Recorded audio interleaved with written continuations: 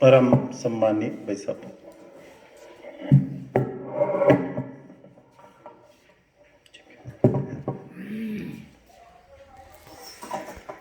परम पूज्य भारत मां,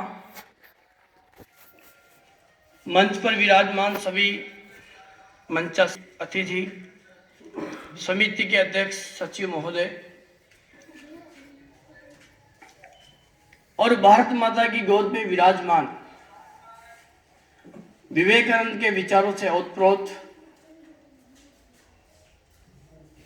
मेरे भारत के यशस्वी और देश और समाज का नेतृत्व और दिशा देने वाले, समाज की परिवर्तन की दिशा में अपने जीवन को खपाने वाले ऐसे सभी नगरवासी और शिक्षक बंधु, प्रतिवर्ष हम किसी न किसी माध्यम से और विवेकानंद के जीवन को समझने का प्रयास करते हैं। मैं भी कई वर्षों से विवेकानंद जी का जीवन पढ़ रहा हूं और सुन रहा हूं, लेकिन जब भी विवेकानंद जी का जीवन पढ़ने के लिए बैठता हूं तो मन में कई प्रकार के विचार उत्पन्न हो जाते हैं, और विचार उत्पन्न होते हैं तो मन भी विचलित हो जाता है कि हमारा भारतवर्ष इतना महान था क्या, और इतना महान हमारा भारतवर्ष था तो इसकी दुर्दशा कैसे हो गई। विवेकानंद जैसा जीवन इस भारतवर्ष में बीता हो और भारतवर्ष का चरित्र धीरे धीरे समय के अनुसार गिरता चला जाए, क्या यही भारत है क्या? तो विवेकानंद का जीवन आप लोगों ने भी पढ़ा होगा, सुना होगा। कई वर्षों से हम इस प्रकार की विचार गोष्ठियां कर रहे हैं। आज भी हम विचारों का आदान प्रदान करने वाले हैं।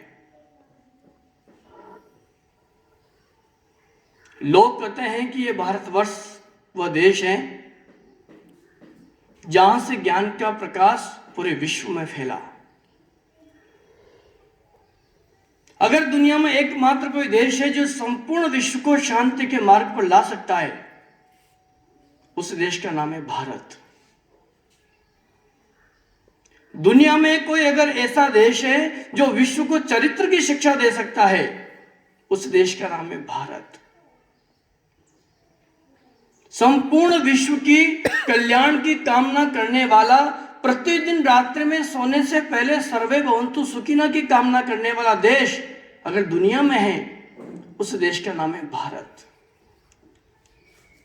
संपूर्ण विश्व को कृण्वन्तो विश्वमार्यम की घोषणा करके और वेदों के प्रचार प्रसार के माध्यम से गुणवान और सामर्थ्यशाली बनाने का काम करने वाला कोई देश है, उस देश का नाम है भारत। नाना प्रकार की विशेषताओं से संपन्न हमारा भारतवर्ष, और उसके अनेकों प्रकार के कर्मों के माध्यम से अनेकों प्रकार के नामकरण होते हैं। कभी ये आर्यावर्त रहता है, कभी हिंदुस्तान, कभी भारतवर्ष, कभी इंडिया, कभी जम्बूद्वीप। कितने नाम है हमारे देश के। और विष्णु पुराण में कहा जाता है, उत्तरम यत् समुद्रस्य हिमाद्रश्य दक्षिणम भारतम नाम यत्र संतति हिमालयम समारभ्य यावद हिंदू सरोवरम तम देव निर्मितम देशम हिंदुस्तानम प्रचक्षते। जिस देश का निर्माण स्वयं देवताओं ने किया हो, तम देव निर्मितम देशम, उस देश का नाम है भारत। कितना महान भारत हमारा। और इस महान भारत में केवल सामान्य पुरुष जन्म लिया नहीं करते।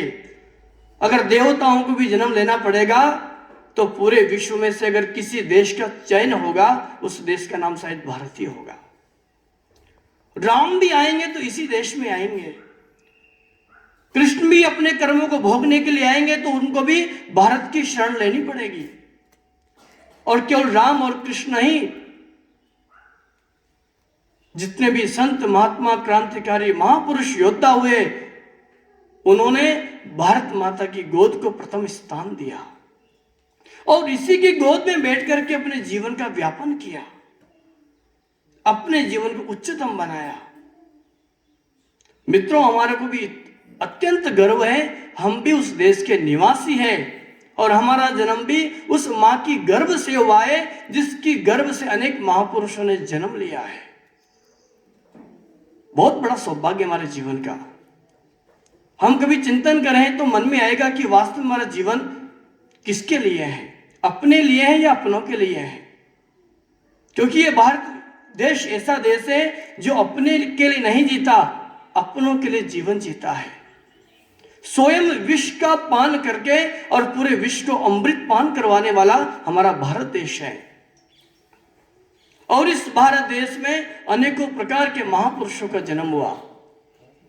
एक विद्यार्थी जीवन में एक युवक, अनेकों प्रकार की जिज्ञासाएं मन में है और पढ़ने के साथ साथ ही शंकाएं उत्पन्न हो जाती है मन में, लेकिन शंकाओं का समाधान नहीं होता। और शंकाओं का समाधान करने के लिए भारत का भ्रमण करता है, अनेकों प्रकार के ऋषि मुनियों संतों से मिलता है, इतिहास को पढ़ता है, लेकिन शंकाओं का समाधान नहीं हो पाता। और जब मन में शंकाएं होती है तो अनेकों प्रकार के विचार भी आते हैं और विचार मन को अस्थिर करते हैं, चैन से सोने नहीं देते।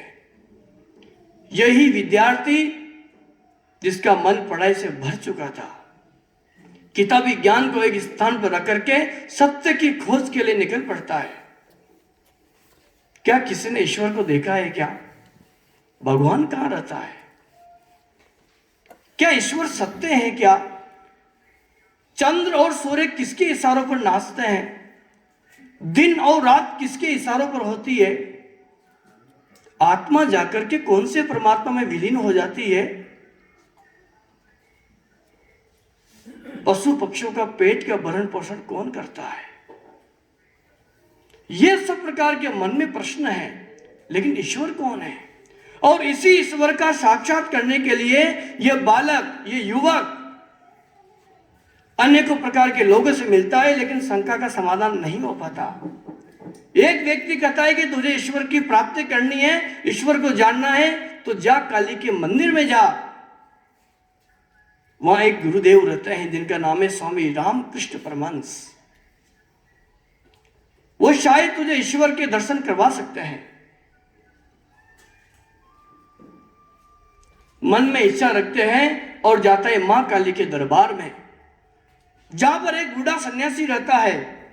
और जैसे ही यह विवेकानंद अंदर जाता है, प्रवेश करता है मंदिर के अंदर, रामकृष्ण परमहंस खड़े हो जाते हैं, बाहर आते हैं और कहते हैं, नरेंद्र तू आ गया, बहुत विलंब कर दिया तूने आने में, कितने वर्षों से तेरी प्रतीक्षा कर रहा था मैं, अब आया है तू। नरेंद्र सोचता है मैं इसको जानता तक नहीं, पहली बार दर्शन लाभ ले रहा हूं और मेरे को नाम से पुकारा कर रहा है, इतने वर्षों के बाद आया है तू। शायद पूर्व जन्मों का कहीं न कहीं से रिश्ता होगा। नरेंद्र अंदर प्रवेश करता है, स्वामी रामकृष्ण परमहंस को बैठाते हैं, बातचीत आगे बढ़ती है और नरेंद्र कहता है कि आप मुझे ईश्वर की प्राप्ति करवा सकते हो क्या? भगवान के दर्शन करवा सकते हो क्या? स्वामी रामकृष्ण परमहंस कहते हैं, हाँ करवा सकता हूं, वैसे ही करवा सकता हूं जैसे हम दोनों बातें कर रहे हैं, वैसे भगवान से मिला सकता हूं तेरे को मैं। क्या चाहिए भगवान से तेरे को? नरेंद्र कहता है मेरे परिवार की गरीबी है, भोजन का प्रबंध नहीं हो पाता, मेरे परिवार की गरीबी बेटनी है और मुझे ईश्वर के दर्शन करने हैं। स्वामी रामकृष्ण परमहंस कहते हैं कि जब मां के सामने जो मांगेगा वही मिलेगा। नरेंद्र मां कालिका के मंदिर के प्रवेश करते हैं और प्रवेश करके हाथ जोड़ करके खड़े हो जाते हैं, और जब हाथ जोड़ के खड़े होते हैं तो मां काली के दर्शन होते हैं।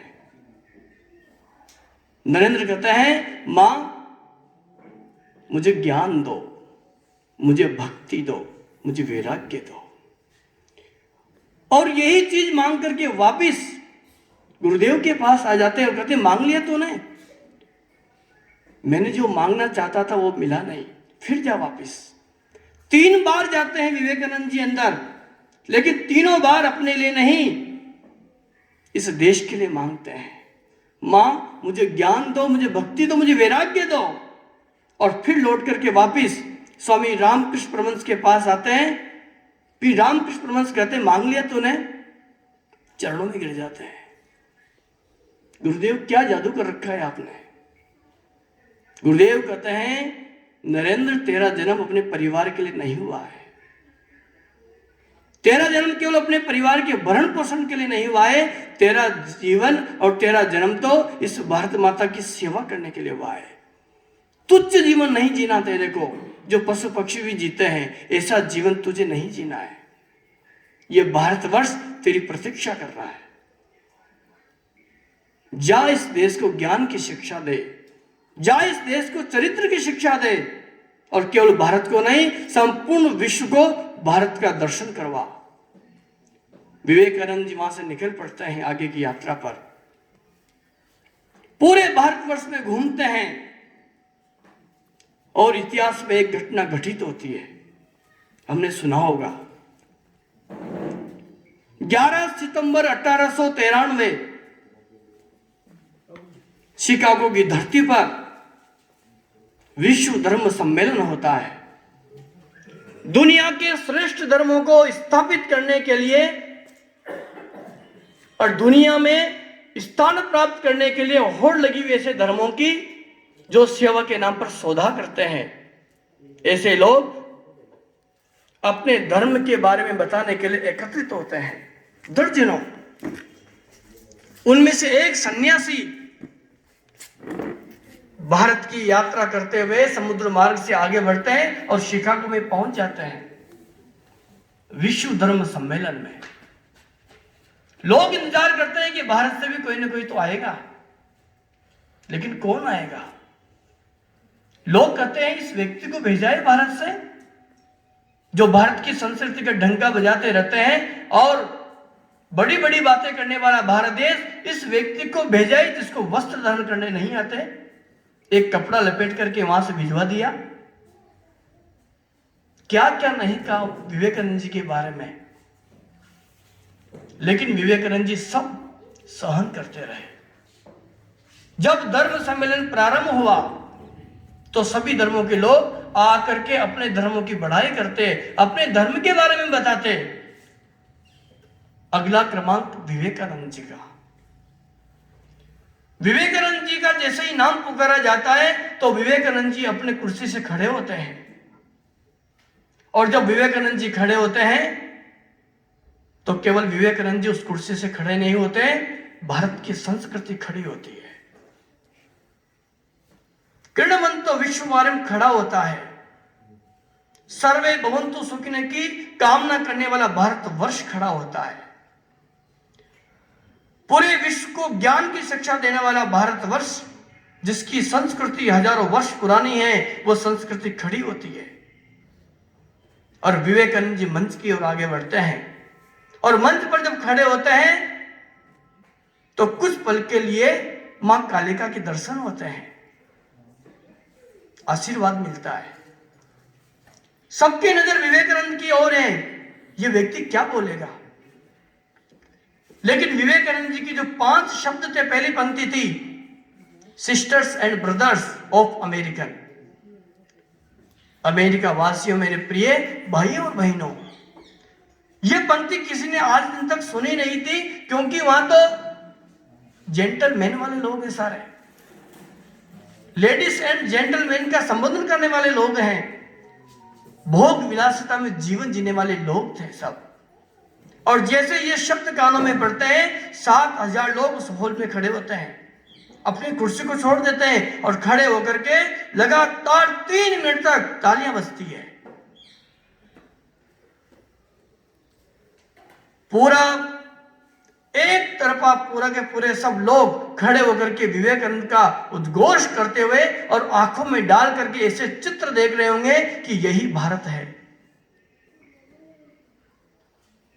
विवेकानंद जी आगे कहते हैं कि आपने मुझे बहुत प्यार दिया, आपने मुझे सब चीजें दी, आपका बहुत बहुत धन्यवाद। कितना बड़ा मन है विवेकानंद जी का।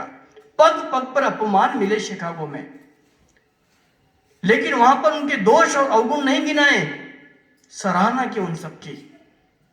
दूसरे दिन सभी न्यूज़पेपर्स में, अखबारों में विवेकानंद का चित्र है, विवेकानंद जी की बोली हुई सब बातें हैं, और महीनों तक विवेकानंद का नाम गूंजता रहा शिकागो में। सब लोग पूजने लगे विवेकानंद जी को। विवेकानंद जी एक परिवार में ठहरे हुए हैं, रात्रि में बिस्तर लगे हुए हैं मखमल के। रात की 12:30 बजने के बाद अचानक विवेकानंद जी धरती माता की गोद में आकर के लेट जाते हैं, और लेटते लेटते आंखों से अश्रुधारा बहने लगती है। रोने लगते हैं जैसे कोई शिशु रो रहा हो। मालकिन आती और कहती है, विवेकानंद जी आप क्यों रो रहे हो? हमारी कोई सुविधाओं में कोई कष्ट है, कोई खेद है, आपकी कोई पीड़ा रोग है? विवेकानंद जी कहते नहीं, मुझे कोई रोग नहीं है, मुझे कोई कष्ट नहीं है। मेरी आंखों में आंसू इसलिए आ गए कि आज तो मैं इस प्रकार के बिस्तरों पर आज सहन कर रहा हूं, रात्र विश्राम कर रहा हूं। मेरे भारतवर्ष में ऐसे भी लोग हैं जो फुटपाथ पर रख करके अपना जीवन व्यतीत करते हैं, जिनको 2 समय का भोजन तक नहीं मिलता, पहनने के लिए कपड़े नहीं मिलते, पैरों में चप्पल नहीं है। ऐसे लोगों की मुझे याद आ गई, और इसलिए मेरी मां की याद आने के कारण मेरे आंखों से अश्रुधारा बहने लग गई। विवेकानंद जी का मन करता है भारतवर्ष में चलना चाहिए, लेकिन एक और घटना वहां पर घटित होती है जो भारतवर्ष को एक चरित्र उज्जवल रूपी पक्ष सामने के लिए लाती है। ऐसे विवेकानंद के सामने एक युवती आती है और कहती है, मुझे आपसे विवाह करना है। विवेकानंद जी पूछते हैं क्यों? वो युवती कहती है, आपके समान गुणवान, चरित्रवान, नेतृत्ववान, योग्यशाली बालक की हमें आवश्यकता है, इसलिए आपसे शादी करना चाहती हूं। विवेकानंद जी कहते हैं, मां, और चरण स्पर्श करते हैं, आप मुझे ही अपना बेटा समझ लो, मैं आपका बेटा हूं, आप मेरी मां है। वो युवती नतमस्तक हो जाती विवेकानंद जी के सामने। कैसा चरित्र है भारत का। वही विवेकानंद जी यात्रा करते हुए भारत की धरती पर आते हैं। सब लोग हार्दिक अभिनंदन करने के लिए पुष्पमाला लेकर के समुद्र के किनारे पर खड़े रहते हैं। जैसे विवेकानंद जी जहाज से नीचे उतरते हैं और धरती माता की गोद में लोटपोट होने लगते हैं, मिट्टी से स्नान करने लगते हैं, सब लोग देखते हैं और कहते हैं, अरे विवेकानंद जी पागल हो गए। पूरे देश में विवेकानंद जी का नाम चल रहा है और विवेकानंद जी के समुद्र की मिट्टी से स्नान कर रहे हैं, लोटपोट हो रहे हैं। क्या हो गया विवेकानंद जी को? विवेकानंद जी कहते हैं, हाँ सही कहा आपने, मैं पागल हूं इस देश के लिए, मैं पागल हूं भारत के लिए। और मित्रों, पागल ही इस देश का कुछ कर सकता है, क्योंकि ज्यादा पढ़ लिख जाते हैं तो अपने और अपने परिवार के लिए जीवन जीना सीख जाते हैं, फिर देश के लिए जीवन जीना कठिन हो जाता है। भगत सिंह भी तो पागल ही था, जिसने पासे के पंदे को चूमा होगा। वो चंद्रशेखर आजाद भी तो पागल जैसा ही था, जो अपने कनपट्टे पर पिस्तौल लगा करके अपनी जीवन लीला को समाप्त कर लेता है। वो वीर विनायक दामोदर सावरकर भी का जीवन भी पागल बनता, जो 2 आजीवन कारावास की सजा अंडमान निकोबार जेल में भुगतने के बाद भी कहता है, मेरा जन्म इस धरती पर होना चाहिए पुनः।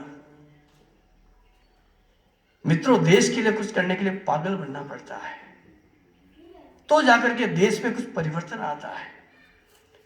और यही लोग विवेकानंद जी को भी पागल समझते हैं, और विवेकानंद जी यही कहते हैं, पागल हूं इस मां के लिए, पागल हूं इस देश के लिए।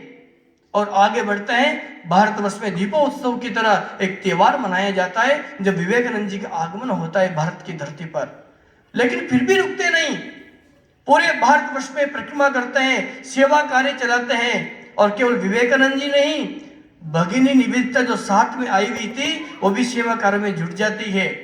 और सेवा काम करते करते हमारे सबके उदाहरण हैं, अनुभव है, किन किन लोगों का सामना करना पड़ता है, क्या क्या बातें सुननी पड़ती है। और यही भगिनी निवेदिता के साथ भी हुआ। एक परिवार में सेठ जी से पैसे के लिए मांगने के लिए जाती है निवेदिता और कहती है, सेठ जी गरीब बच्चों के लिए, अनाथ बच्चों के लिए, भारतवर्ष की सेवा करने के लिए कुछ पैसे दे दो। भीख मांग करके खड़ी हुई है अपने स्थान पर, लेकिन सेठ जी चुपचाप बैठे हुए हैं। ये निवेदिता 3-4 बार कहती है, सेठ जी को गुस्सा आ जाता है और सेठ जी आते हैं और एक रेपट चिपका देते हैं गाल पर। लेकिन निवेदिता वहां से हिलती नहीं है। निवेदिता कहती है, सेठ जी आपके हाथ उठे जरूर हैं, कम से कम मेरे मारने के लिए तो उठे हैं आपके हाथ, लेकिन आपके हाथ उठ गए ये बहुत बड़ी बात है। आप पैसे नहीं दे सकते, आपने थप्पड़ दिए ये भी बहुत बड़ी बात है। सेठ जी नतमस्तक हो जाते हैं निवेदिता के सामने और जितने भी सेवा कार्य के लिए आवश्यक धनता सेठ जी देते हैं। कैसे कैसे लोग हुए हैं, समाज की सेवा करने के लिए थप्पड़ खानी पड़ी तो भी स्वीकार है, लेकिन समाज का भला होना चाहिए। पेड़ जब भी बनता है जब एक बीज नष्ट होता है। अगर बीज नष्ट नहीं होता तो एक वट वृक्ष खड़ा नहीं हो सकता। अगर नदियां अपना अस्तित्व समाप्त नहीं करती तो समुद्र नहीं बनता। नदियों को अपना अस्तित्व समाप्त करना पड़ेगा तो जाकर के समुद्र का निर्माण होगा। ये भारत की वही धरती है जिन लोगों ने अपना जीवन खपा करके इस भारतवर्ष को जीवित रखा है। और विवेकानंद जी के जो हमने भाषण सुने होंगे, उनके विचार सुने होंगे अलग अलग माध्यमों से। विवेकानंद जी का विचार था कि मरते दम तक काम करते रहो, मैं तुम्हारे साथ हूं, और जब मैं चला जाऊंगा तो मेरी आत्मा तुम्हारे साथ काम करेगी। धन नाम यश केवल 2 दिन के हैं। संसार में कीट भांति पतंगों की मरने की अपेक्षा कर्म क्षेत्र में मरना बहुत बड़ा जीवन का सौभाग्य है, ये विवेकानंद जी कहा करते थे। और विवेकानंद जी ने कहा कि त्याग और सेवा भारत के आदर्श हैं और इन्हीं आदर्शों से हमारा भारत महान है। हे सिंह पुत्रों उठो, तुम कमजोर नहीं हो, तुम शरीर नहीं हो और तुम शरीर के पोषक नहीं हो, तुम अजर अमर आत्मा हो। इस देश का नेतृत्व करने की क्षमता तुम्हारे अंदर है। ऐसे विवेकानंद जी की पुकारा करते थे भारत के वीरों को। और विवेकानंद जी ने कहा कि 50 वर्षों तक, आगामी 50 वर्षों तक सभी देवी देवताओं को एक स्थान पर सुरक्षित रख करके केवल और केवल हमें भारत माता की आराधना करनी होगी, तभी हमारा भारत पुनः विश्व गुरु सोने की चिड़िया और देश का सिरमौर बन सकेगा, विश्व का सिरमौर बन सकेगा।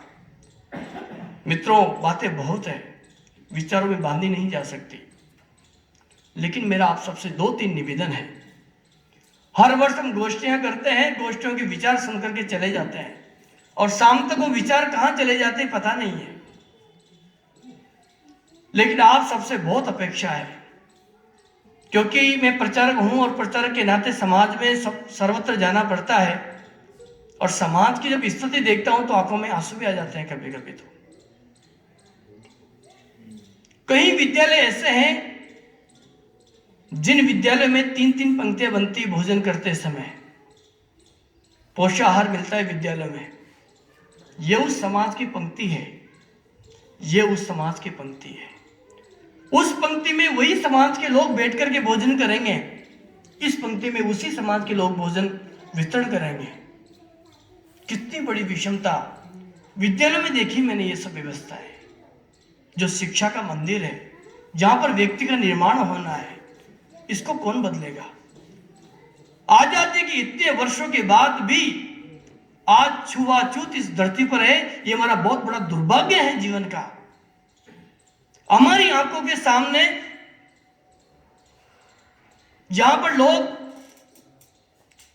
शब्द नहीं उनको कहने के लिए मेरे पास में, समरसता लानी होगी जीवन में हमारे, और शुरुआत हमारे जीवन से करनी पड़ेगी हमारे को। केवल भाषणों से काम नहीं चलता। जब तक शिक्षा में सामाजिक समरसता नहीं आ जाती, चरित्र का गठन नहीं हो जाता, संस्कार युक्त शिक्षा नहीं हो जाती, तब तक हमारी शिक्षा केवल पाठ्यक्रम है, पास होने के लिए है केवल वो सब चीजें। इसलिए शिक्षा जगत से बैठे हुए सब लोग बैठे हुए हैं और आप सबके श्री चरणों में मेरा एक निवेदन है, हमारे हाथों से ऐसे वीर बालकों का निर्माण होना चाहिए जो शिक्षा के साथ साथ संस्कार और चरित्र से युक्त हो, जो केवल नौकरी पैसे कमाने के लिए नहीं करे, इस देश की सेवा करने के लिए नौकरी करे, जो राष्ट्र को प्रथम स्थान पर रखे, जो अपने जीवन में समरसता लाए। ऐसे वीर बालकों का निर्माण करने की जिम्मेदारी हम सबकी है, परिवार के माध्यम से भी और शिक्षा रूपी विद्यालय के माध्यम से भी। अगर हम ये सब कर पाएंगे तो हमारा जीवन सार्थक हो पाएगा। एक गीत की 2 पंक्तियां हैं, वो 2 पंक्तियां मैं आपके सामने बोल करके विषय को पूरा करता हूं। जग को आर्यशील की शिक्षा निज जीवन से सिखलानी है। अगर जीवन को श्रेष्ठ बनाना है, भारत को श्रेष्ठ बनाना है, उसकी शुरुआत अपने जीवन से करनी पड़ेगी। जग को आर्यशील की शिक्षा निज जीवन से सिखलानी है। इस विचार को लेकर के मन में धारण करके हम यहां से जाएंगे और विचारों को केवल सुनेंगे नहीं, विचारों को आत्मसात करेंगे और आत्मसात करने के पश्चात जीवन जिएंगे तो जीवन एक उत्सव बन जाएगा। हमारा जीवन भोज नहीं बनेगा, जीवन एक उमंग और त्योहार बन जाएगा। इसलिए स्वर्गीय अटल जी ने कहा कि कंकर ये अर्पण की भूमि है, ये तर्पण की भूमि है। कंकर कंकर शंकर ये इसका, बिंदु बिंदु गंगा जल ये इसका। हम जिएंगे तो इसके लिए, हम मरेंगे तो इसके लिए, और मरने के पश्चात हमारी अस्थियों को जब गंगा जल में प्रवाहित किया जाएगा और कोई कान लगा करके सुनेगा, उन अस्थियों में से भी एक आवाज आएगी, भारत माता की जय, भारत माता की जय, भारत माता की जय।